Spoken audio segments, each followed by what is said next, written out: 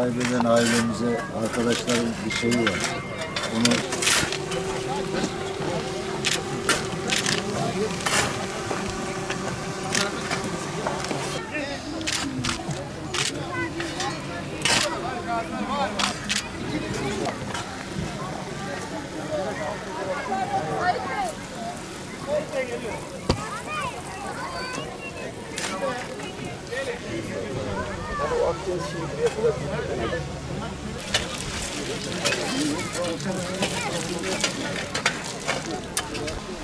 evet arkadaşlar, bugün İl Emniyet Müdürlüğümüz, Toplum Destekli Polis Şube Müdürlüğümüzün çok anlamlı bir etkinliğinde bir aradayız. Depremde 237 vatandaşımızı kaybettik Malatya'da. Bunlardan 181'i 18 yaşından küçük çocuklarımızdı. Bugün Emniyet Müdürlüğümüz bu 181 canımıza 181 fidan dikerek onları hatırlamak ve her bir fidanda tekrar hayat bulmaları duygusuyla bir etkinlik düzenledi.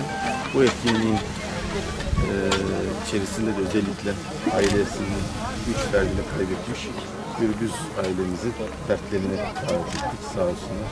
Bizi kırmadılar, buradalar. Biz 181 evladımızı kalbimizde yaşatıyoruz. Onlarla inancımız gereği tekrar buluşacağımıza inanıyoruz ve güzel bir yerde misafir edildiklerini inanıyoruz. Allah tüm kayıplarımıza rahmet etsin. Onlara cennette kavuşmayı ailelerle beraber nasip etsin diye dua ediyoruz. Ve tekrar Emniyet Müdürlüğümüze, Orman Bölge Müdürlüğümüze bu güzel etkinlikten dolayı teşekkür ediyoruz. Sağ olun. ben şimdi ayak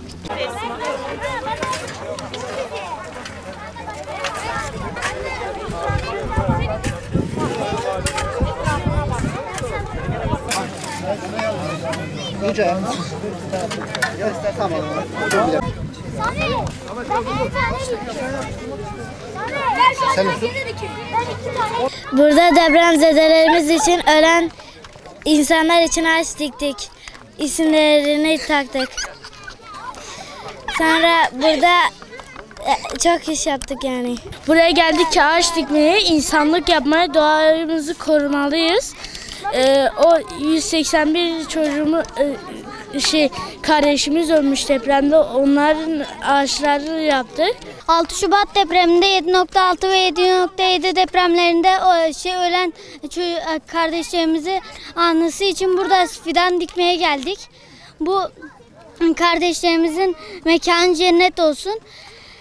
İnşallah Allah bir daha sonumuzu bu depremlere eylemesin. Binlerce insan öldü. Allah herkese güç kuvvet versin.